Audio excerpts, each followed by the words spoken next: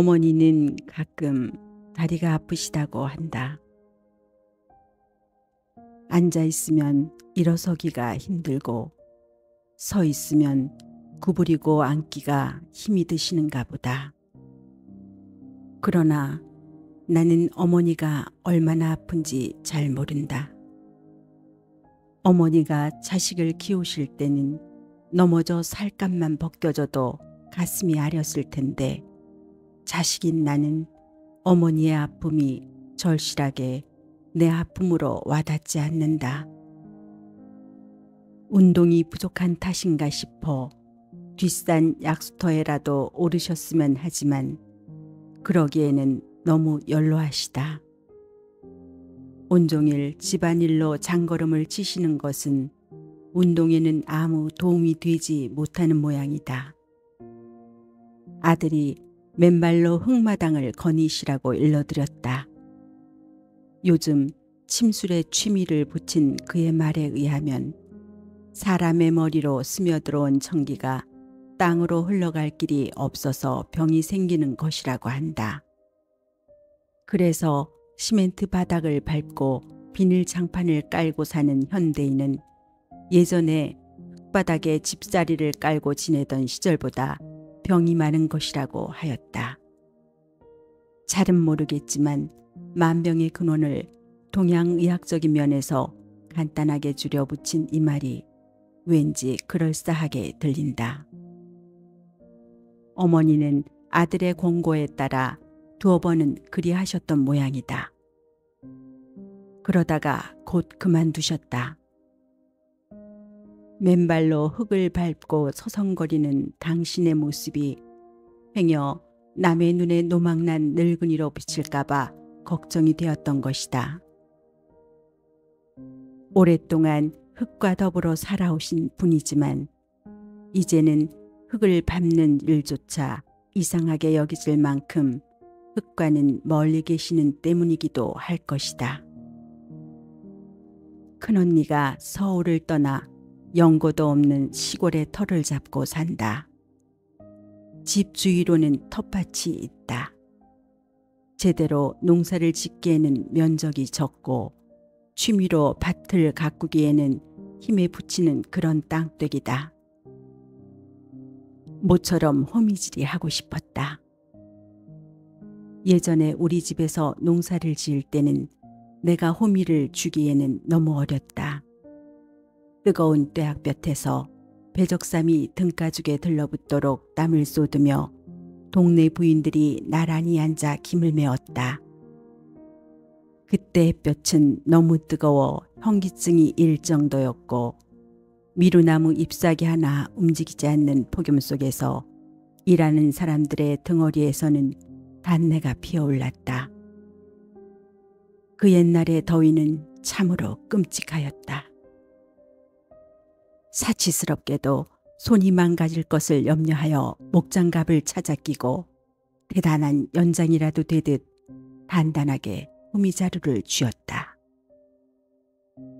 마침 참외 덩굴을 거둔 터라 나는 그 남새밭을 혼자 읽어보기로 하였다.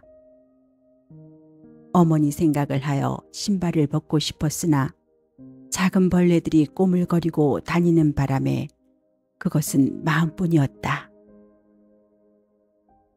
땅은 너무 비옥했다. 푸근푸근한 땅에서는 뜨거운 김이 후끈 솟아올랐다. 쇠똥 냄새 같기도 하고 부엽토 냄새 같기도 한 것이 후텁지근하게 피어올랐다. 이것을 일러 흙 냄새라고 하리라. 밭에 호민날을 처음 내려 찍을 때는 마치 바다에라도 뛰어드는 듯이 긴장이 되었다. 그러나 호미 끝에 닿는 그 달력은 저항이 아니라 수용의 의미를 지니고 있었다. 돼지는 여인이었다. 이 여인 같은 돼지는 몸 깊숙이 씨앗을 받아 생명을 수태할 것이다. 그러나 그것이 제대로 자라기 위해서는 알맞은 습기와 햇빛이 있어야 한다. 그것은 하늘이 내려주는 여인에 대한 사랑 같은 것일지도 모른다. 자잘한 풀을 뽑고 잔돌을 골라낸다. 허리가 뻐근해지면 가끔 일군 밭을 뒤돌아본다. 내 입가에는 절로 흐뭇한 미소가 피어난다. 자기의 땅을 바라보는 농부의 미소도 아마 이와 다르지 않을 것이다. 처음보다 한결 일손이 익숙해졌다. 다리로 기어오르는 작은 벌레들이나 고구마 줄기처럼 굵은 밭지렁이조차도 이제는 놀라지 않고 한옆으로 밀어낸다. 마침내 밭 한 두락을 일구었다. 내 딴에는 반듯하고 고르게 되었을 듯 싶은데 돌아보니 길쭉한 밭은 한가운데가 휘었다. 마치 좋은 글을 한 편 쓴 듯 싶었는데 활자로 나온 것을 보면 흠이 확연히 눈에 띄는 것과도 같다. 또 별로 험한 삶을 살아오지 않은 것 같은데도 어느 날 문득 지난 날을 돌아보면 꽤 많은 곡절이 있었음을 새삼 깨닫게 되는 것과도 같다. 글을 쓸 때나 인생을 살아갈 때나 언감생심 완벽까지야 바랄 수는 없었다 하더라도 크게 부끄럽지나 말았으면 싶었다. 그러나 뒤돌아보면 그것은 언제나 거치적거리는 돌멩이들처럼 후회와 부끄러움 투성이었다.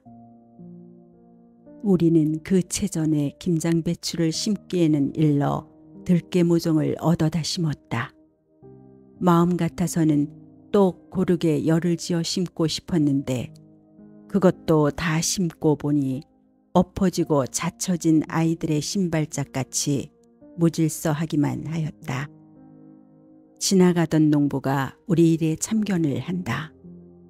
지금 심으면 깨는 수확하기 어렵다고 하면서 모든 식물은 절기를 맞추어 심어야 한다고 일러주었다.